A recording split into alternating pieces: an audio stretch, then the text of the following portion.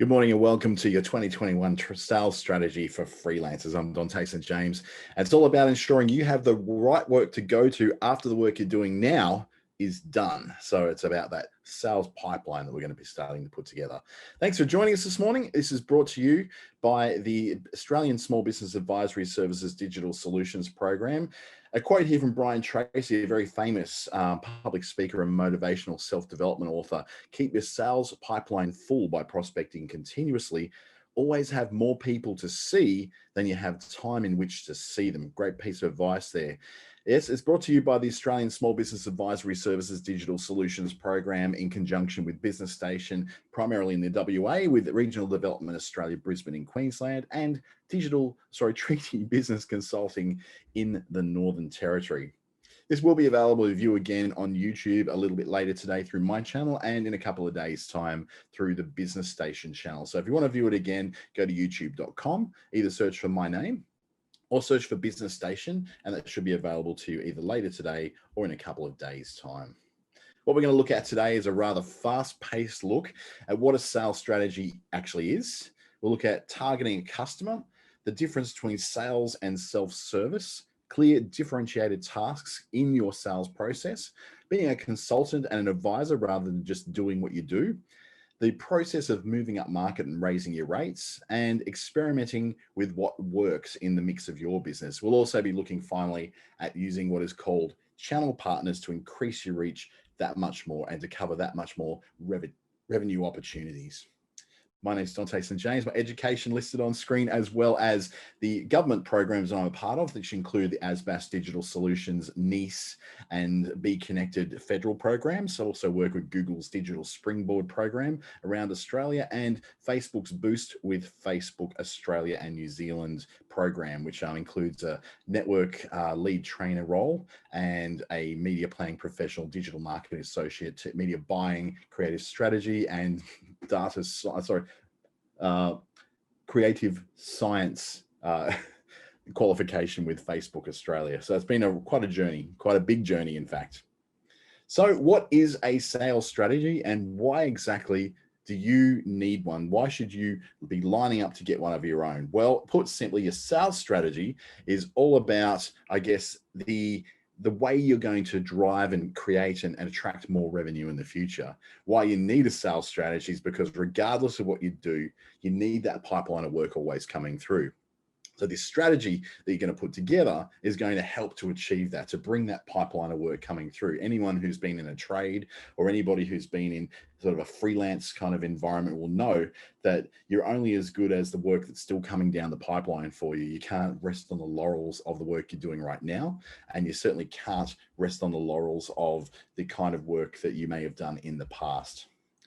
So a little bit of a story here. I'm not going to say who the company was, but there's one particularly electrical contractor in the Darwin region where I'm based, who pretty much had a problem that they could only work on one contract at a time because they went and got a very large contract with a very large, let's say, resources infrastructure program through a company called Impex, who are building a rather large gas plant in the region. And this particular company became incredibly reliant. They pretty much kicked the curb all the other sort of work they were doing, the smaller jobs they were doing, in order to be able to do this one big contract. They geared everything to this big ticket contract. The problem is, though, is that that contract didn't go quite the way they planned for it. And so they lost a lot of money on that. But not only that, when they tried to pivot back from being so reliant upon one single project to a lot of smaller projects, they found that all that pipeline they could have had was now taken up by other providers. So instead of them being able to go back into doing what they used to do, which was a lot safer and a lot more secure,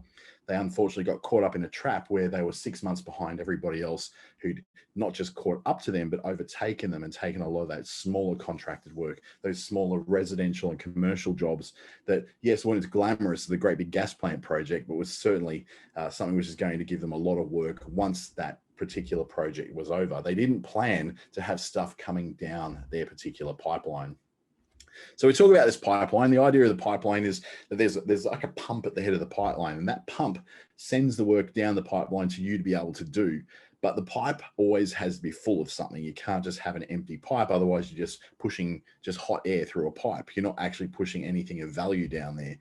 Now, you can have more than one pump if you want to use this analogy. You can have multiple things that are telling you where you want to go and what you want to bring down that pipeline. You can have a TV ad, you can have a radio ad, you can have social media ads, Google ads, you can have networking, you can have all sorts of ways to bring that work into that pipeline. The important thing is that you always have to have something in that pipe always coming down there so that when one job finishes, another one begins.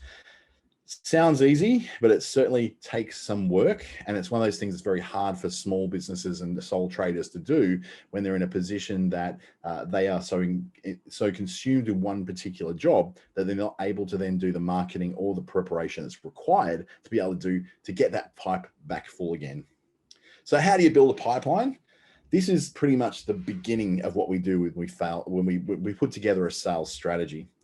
So there's parts of the sales strategy. We'll look at each of these in a lot more detail in a second. There's your target market, which is part of that. Your ideal customer profile, which helps you to identify who is the people who are going to be of most use to you. There's the way you position yourself in the market. Are you doing big jobs, small jobs, lots of little jobs? Are you, we'll look at that more in a second.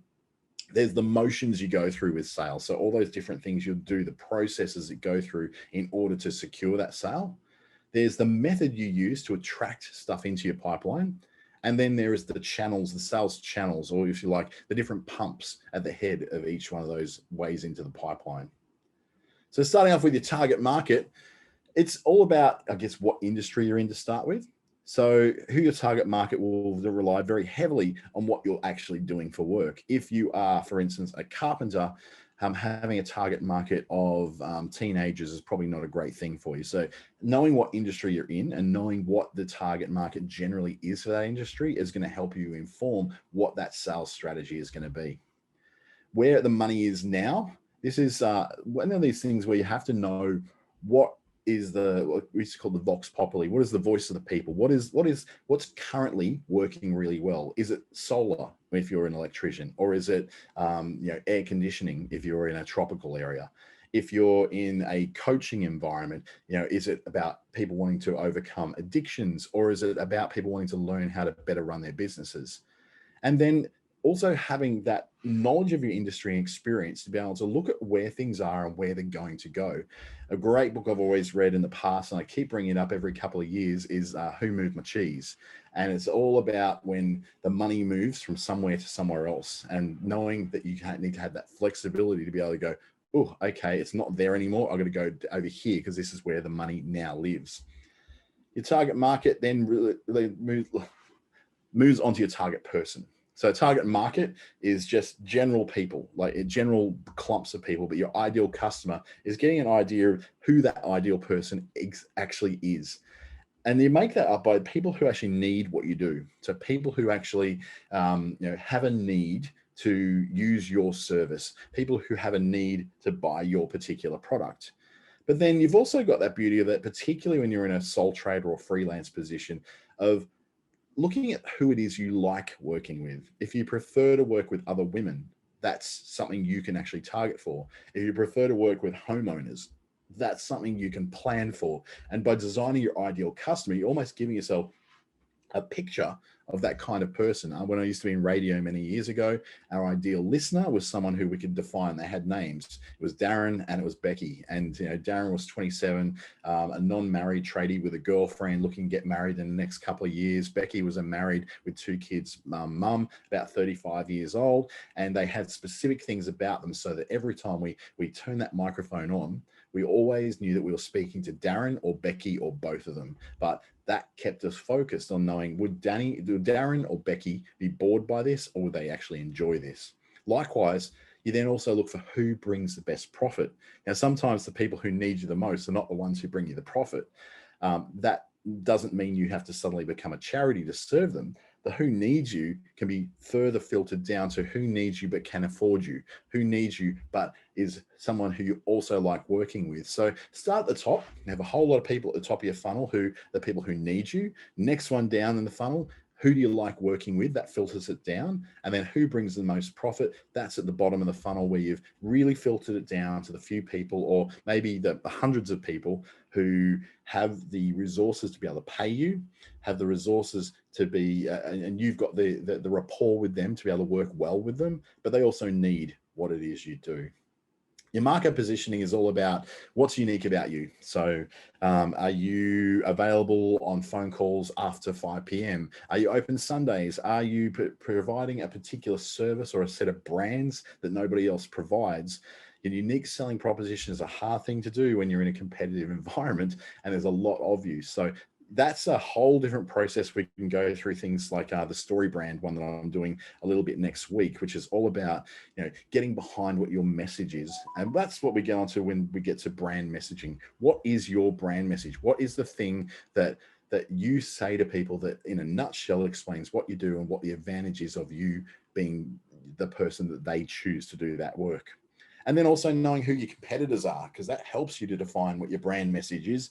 It also helps you define your unique selling proposition, because each one of them is probably going to have their one too. So understanding that you're different to the plumber down the road because of X, or you're different to the homeware store because of Y. Your sales motions then is when you look at what steps you have to take to get a customer on board. So that's whether they fill out a form on your website, whether they have to give you a call, whether they, if there's particular steps, or if there's induction that's required with someone to come on board, or whether there's someone who has to go through a qualification process with which to then engage your services or your products. You can use things like your sales deck. So if you've got flyers, proposals, quotes, layouts, templates that you use to be able to do that. So the sales motions are really just what it takes to get someone from coming on with you to being a paying customer. That includes things like your terms of service, terms of engagement, things like, assigning what is the responsibility of the customer as well as the responsibility of you. So in your quotes, saying that, yes, I will get you this website finished at this particular time, but if you don't provide this particular information in a timely fashion, it will slow down the delivery of that website somewhat. So having that all in place, knowing what your sales motions are, makes a massive difference, because it allows you then to bear in mind that maybe your sales motions are your unique selling proposition. If you've got a very fast way, a very not jump through hoops and fill out 15 fields in a form way of getting someone to engage you, then that could be your unique selling proposition. That's actually really easy to work with you. Your method then is how you get people into that sales pipeline. So you might use sales funnels that, that draw in getting people familiar with you, being in the consideration phase of where you've got a very good message that differentiates you from others. And then you've got a process that gets people right there to very easily engage you. It could be something they have to do in person, on the phone, or online. And it can involve things like your quotes or sending out samples. So a lot of tile places would do that. Paint places will do that as well. Or whether it's you need to send examples of your work, so that's a way of leading people in. So things like case studies on your website are far more powerful than testimonials, because basically just about every one of us who goes to a website and reads testimonials these days, we just assume that they're fake and they're not real anyway. But having case studies that more thoroughly explain what the issues were, what the customer wanted, and how you delivered it, seems that much more well thought out and well fleshed out than just some kind of testimonial that says, oh, we really enjoyed working with Dante because he's a nice guy and the team were great. That sort of thing, that testimonials thing is, we do just assume these days that if we read a testimonial, unless it's on maybe Facebook or Google, it's probably fake. And even then, a lot of those are just friends and family just talking it up as well. So your sales channels then, things like advertising. It could be when you're going to networking events and getting referrals from people within referral and membership networks. So whether it's chambers of commerce or local tourism bodies, or things like skull clubs and RSL clubs and Rotary, Lions clubs, all those sort of things where you're getting referrals from people because of who you are and what you do with the community. Or do you do things like demonstrations? You might remember a lot of that in shopping centers. You have people doing the slicing, dicing kitchen tools, where they give you those demonstrations of what it can do. And then you just watch the sales roll in as people want to buy boxes of these things from you because they've seen it in action. So your sales channels can be very varied. They can be a bit of advertising, a bit of networking referral, and doing some demos as well. You might have a, like in a car lot, if you're selling cars, the demonstration is the car sitting there so you can sit in it, look at it, feel it, start up the engine and go for a test drive. Networking and referrals could simply be because people in that network trust you, so they will refer you as a solution to a problem to their friends and their colleagues outside of that network. And advertising, well, that's probably the most effective way of getting people in that front door for you. But how do you attract your particular target customer? I look at this thing called the sales model quadrants, and it's deciding where you sit on this particular sales model quadrant. So do you sit in transactional? Means it's very, very easy to do, very, very easy to access, and it's something which you do for them. Now, there's also then on the other side is the enterprise, which is a lot more complex of a sales process and tends to be quite a high value per account. So if you look at the way the quadrant works, low value per account down the bottom, high value per account or per transaction, I suppose. And then from left is a self-service model where people do mostly everything themselves online, perhaps. And then on the far right, you've got a very complex sales process. To put this in action, it's probably better off looking at examples of some online companies that do this.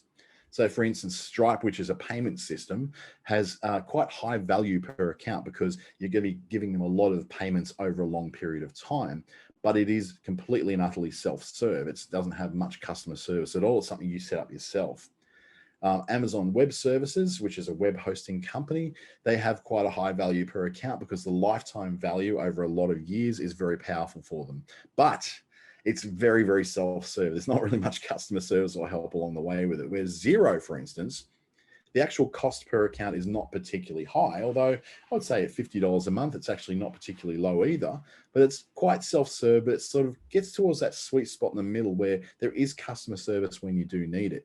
More complex setups like Salesforce, HubSpot, and Marketo, which are very complex business intelligence and sales processing programs, they take a lot of complex setup and you have a lot of touch points with that person. So the attracting of the target customer has been done through about 18 different steps before you finally do set that thing up and get going, because the particular software itself is quite complex. So some considerations you might want to have when selecting how you're going to attract that target audience is whether they're hard to reach.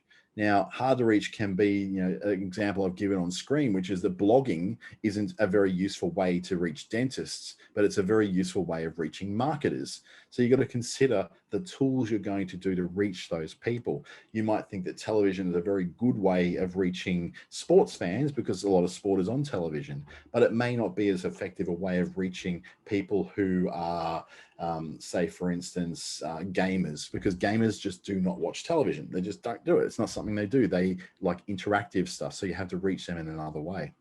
Contract cycles is something where you need maybe a long process to go through to win a tender or to secure a client.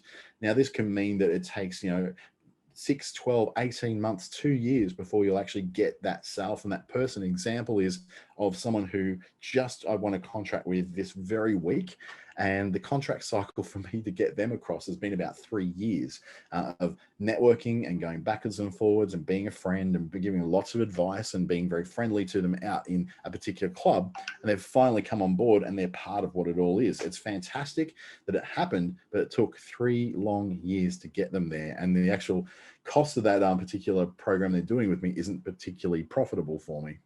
And then there's the high value and high cost. So you've got to factor in if it is high value and it's going to cost a lot for them, but you've got to factor in how much it's going to cost to reach, convert, and onboard that customer. Generally, the more complex the product you're selling, the more complex the program you're trying to put across, the higher it's going to cost and the longer it's going to take for them to be able to onboard. They're going to have lots of questions because it's not like you're buying a $2 widget from Wish. You're paying a $3,500 a month service contract, which is a lot more than paying $2 once off. When we look at self-serve and high touch, we're looking at when it is that you need to step into the process, even if the process is particularly easy to follow and largely done online. I've got a quick thing here from sales trainer John Barrows, who's quite a dynamic sales trainer. I've been to one of his conferences once before, and he was fantastic. He says you can only automate and educate people so much before they just want to talk to somebody. How many times have you had that with something like Telstra, who wants to educate you through FAQs and help files, but in the end you just go, just need someone to talk to me so I can explain my complex problem to them. And this happens in sales too, reverting back to that sales model quadrant. When you look at where the sweet spot is for any sort of attracting of a client, it's all in this left side where it's largely self-serve, where it's mostly transactional and easy for someone to actually go and put on. And the value per account sort of sits around that midway. It's either low or it's just on the slightly high side. When you get to the high value per account, it doesn't work well for self-serve because people deserve to have somebody to speak to. When you get to the complex sales processes, having that going as a self-serve thing, you really need someone to step in and guide people through that. Particularly, again, whether it's a complex sales process, but also happens to have a high cost per transaction, you don't want to be leaving that to an automated process. You want to really be making sure you have that in some sort of guided fashion. And I've got a bit of a checklist here, and this is gained from quite a number of sources, that the average contract value determines when it's worth having a human step into it. So if it's under $1,000 a year, you can probably automate that process. That's not a lot of money over a year in terms of a business. When you're in that $1,000 to $5,000 a year, this is where you have a bit of a gray area. You may have to have a human step in, but then you may not. It might be actually okay for you not to have a human step in at this point. But at $5,000 and above, you do not automate this process as much as you cannot. People are going to demand at that kind of price that they're actually going to speak to a person and have some kind of personalized service to help them get through that. There's some very, very clear sales tasks that you cannot let go, you cannot avoid, and you certainly cannot ignore. And this is where, I guess, when sales strategy hits the road and you're actually going into rolling out what you're going to do with your sales. So if we look at inbound sales, we're looking at having a process to be able to answer those calls that are coming in and answer those inquiries and provide quotes and pricing either in an overnight, 24-hour or 1 week turnaround, whatever it takes for you. But these are people who are coming into you. So you do need to have a process to answer those calls. If you're the only person who answers those calls and you're out in a job site where you cannot take calls, then you have the chance then of losing every one of those inquiries as they come in, because that person who's calling you will call 50 others until they get someone who does answer the phone. So if you're unable to answer the phone, it's probably time for you to get someone on board who does. And there's lots of virtual assistant services that are very, very cheap and cost you as little as $50 to $100 a week that will do all the phone answering for you. If you're looking at something which is much more outbound, if you are the one who initiates the marketing, initiates the onboarding of the new customer, rather than them responding to an ad, then you have to have a process in place that sees you reaching out to your potential customers. Hard thing to do when you're on the tools all day. If you don't have a lot of office times until quite late in the evening, your customer doesn't want to be being called at that time. They want you to be able to answer their questions when they have them, which is usually during business hours. So if you're going to do the inbound way, if you're going to have things coming to you, which is ideally what we want all want to have the work coming straight to us, you have to know how to advertise, because advertising is the single biggest way you're going to get those people in through the door. You're going to have to learn how to network, because building relationships brings you long-term referrals coming into your pipeline. Those relationships are what gets people to refer people to you, rather than you having to reach out and constantly bring people into that pipeline. You've got to have a little bit of the gift of the gab, I must admit, and an ability to listen to what a customer wants. If you're the sort of person who eyes glaze over when people start talking for more than about 2 minutes, this is not going to be good for you the inbound way. You need to be able to listen, because in that listening, you're going to have a scope for the kind of work you're about to do for that person. And you're also going to have a brief that you're going to be able to jot down and put into your quote, because you do not want to be not listening to someone properly, putting out a quote to them, and they come back and say, dude, that's not what I wanted. That's nothing like what I asked for. And then you're being multi-channel. You need to be comfortable taking in these leads and these customers coming into you from all angles. So they need to come in from things like your phone calls, from networking organizations, people rocking up to your door, people messaging you on Facebook. And I know this is one that sole traders struggle with so much, tradies particularly, but then again, so do hotels. I've worked with hotels before who just do not answer the questions that are coming in from Facebook, and you really do need to do that. If you want to go outbound, if you want to be able to work in the world of you generate the sales because you've got the gift of the gab, well, you've got to have no fear of the phone. This is one of my problems. I'm not a phone person. This is the ability to call people back or to cold call them. You've got to have an ability to write, because email is a very powerful way to get people into your pipeline. And writing skills and the ability to be able to write something that doesn't just tell people what you do, but gives them a sense of security when dealing with you and really compels them to want to work with you. You need to have the gift of writing as well. Participation is really big in that you need to take part in letting people out there, particularly if you're working with businesses rather than consumers, to take part in online forums, groups online, whether it's buy, sell, and swap groups in your local area, or whether it's trade shows and large conferences. And you need to have a very simple message that's easy for you to recall, easy for you to repeat, and it has a message that's all about who you are, what you do, an elevator pitch of sorts. So it's easy for people to understand what you do, so that if they do need you, they very easily can recall who you are. So they turn from being an outbound sales lead for you to reach out to becoming someone who reaches back into you so they can get you to help them out. Now, the pros and cons of this for inbound sales attraction, you're reliant on advertising. It does cost more. Yes, it absolutely does, because you're having to spend money on putting out paid advertising. It is less time consuming because the advertising is doing most of the work for you.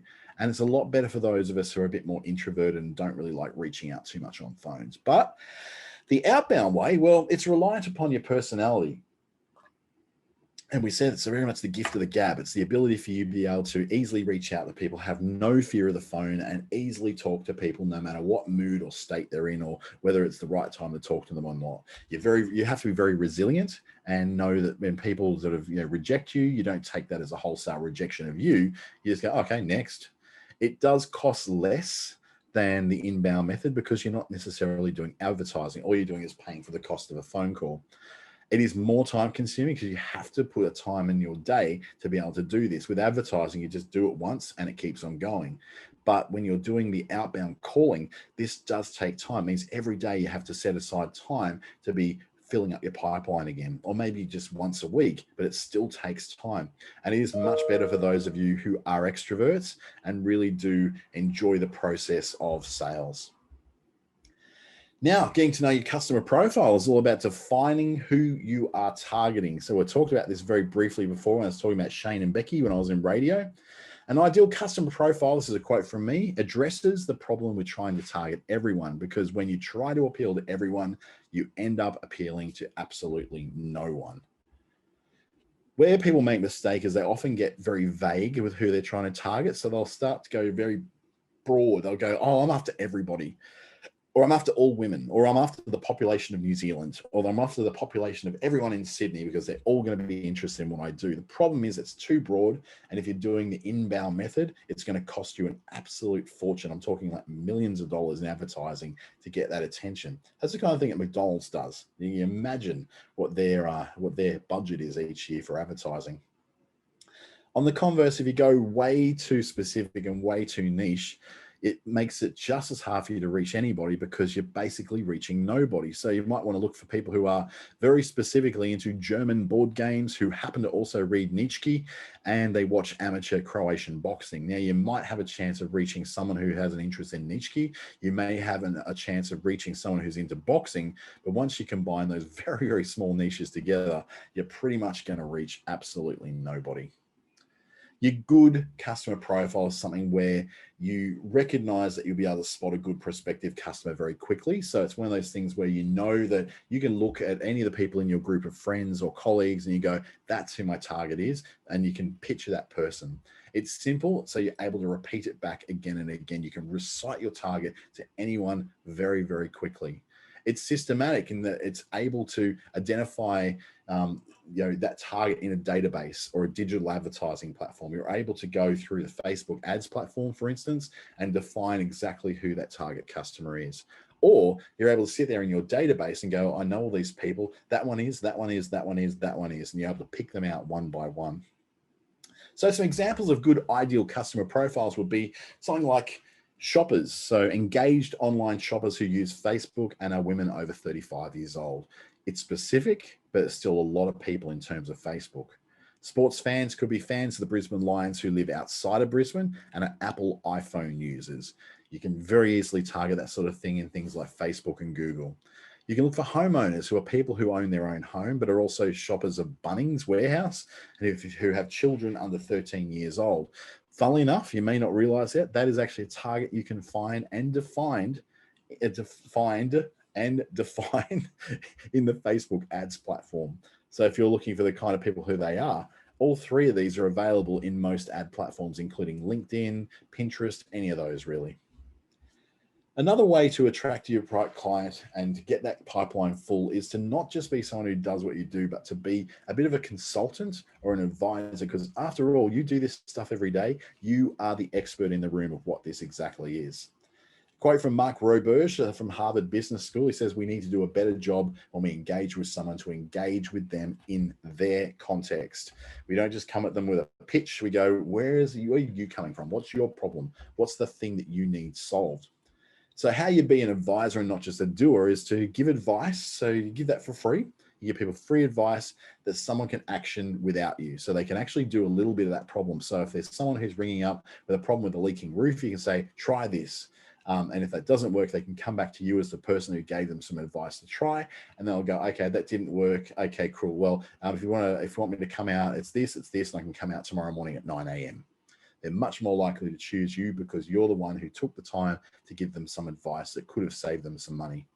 You have to learn a bit of empathy. You have to understand that it's not about you and your product. It's about them and their problem. You need to step into their shoes and understand where they're coming from to understand that for you, it's just another job. But to them, it's something that scares the crap out of them because they think their roof is about to cave in.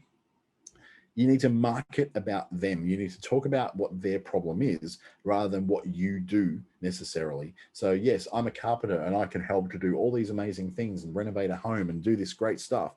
But that's great. That doesn't solve their problem. Their problem is that my bathroom just doesn't work. So what they're probably looking for is someone to say, we help make bathrooms that work better for you and your family. Then do follow-up. When you give advice, you have the ability to be able to follow up to see how that went, whether it's through social media messaging or through a phone call that they gave to you. You can say, hey, it's John from John's Plumbing. Just ring up to see how you went with that leaking roof. They go, oh, I'm so glad you called, actually. Still leaking. We just had some rain. Are you able to come out and have a look? And then many of those people are going to turn into customers for you, not just people who you've been able to help.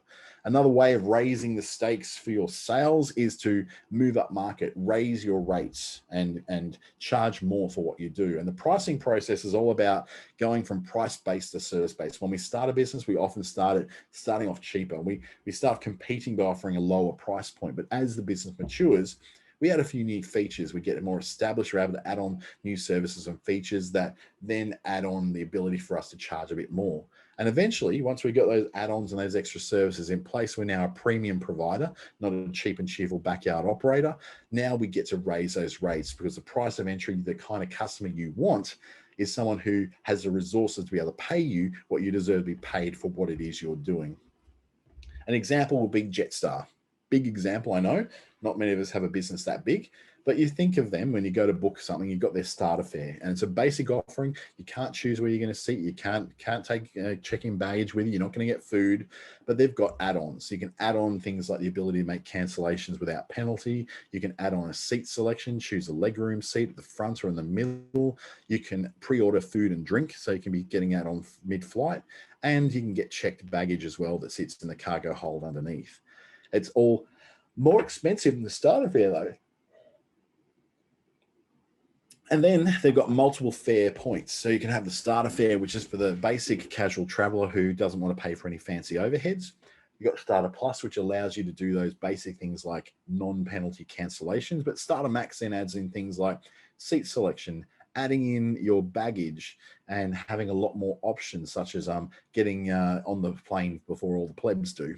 And you get the flex fare, which is pretty much adding everything to you. So you can change it whenever you want, up to 24 hours before. You get food, you get seating, you get priority boarding, you get all the things that are a full service airline kind of level.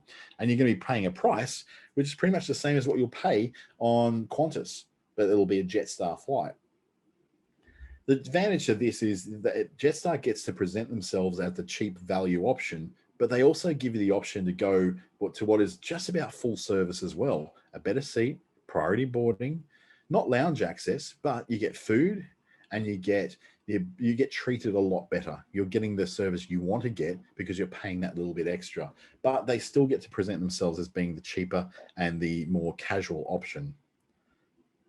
Before you make changes though in your business, whether you want to go up market, you can do a bit of an experiment before you make those changes, because ideas can be great. They give you new ways to make revenue, but ideas can also be terrible because they can take focus and are a distraction, and they just get you a little bit derailed from what the core of your business are. So having a way of being able to experiment in a safe manner that doesn't affect your current business, but still allows you to experiment with things that are going to grow your business beyond that is great. So how you run an experiment, you do it like a scientist do. You have a hypothesis. You say, well, what is this idea? And I want to test, and what do I expect the outcome to be? So you go, well, if I'm going to sell this extra product, this is what I expect it to do. So then you design that process. You go, well, what is the process? How do I test this? How do I measure whether it's successful or a failure? You then roll that out. You run the experiment for the agreed length of time to get that result. So if you're adding an extra service or an extra product, run it for a month, run it for 3 months, and see if it actually is working or if it's causing more problems than it is. And then you analyze the result at the end. Just because you added that new product doesn't mean you can't take that product away. Shops do it all the time. Supermarkets do it all the time. Airlines do it all the time. So make sure that you are when you test out this test, you don't treat it like that the test is over because you think it's a great idea to have that product. It's got to be showing you data that says that this product is actually working for you and is adding to your revenue and not taking away from your margins. So it's allowing you to be quite profitable, but increasingly profitable because you added that particular service.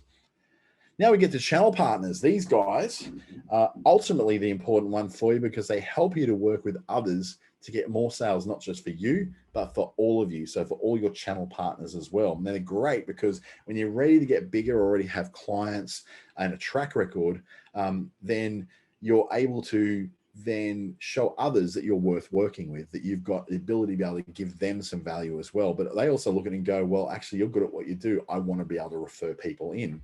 But channel partners can also suck because when you're starting out, you don't have a client base or you have no proven track record that you can refer to. So it doesn't make you a very attractive channel partner. So channel partner types can be rather commission-based. They pay a fee or a percentage when they bring in something. So it's like saying say, for instance, I was approaching a copywriter and I was a website developer. I don't want to write copy on the website. I don't want to write all the words. I just want to do the design. So I can say, well, if the copywriter brings me a referral, I'll pay them $250. Or likewise, if I send them something, so if I go, okay, I need work done by a copywriter, I'm going to get you to be the copywriter who does that work, then they may pay me $50 per referral.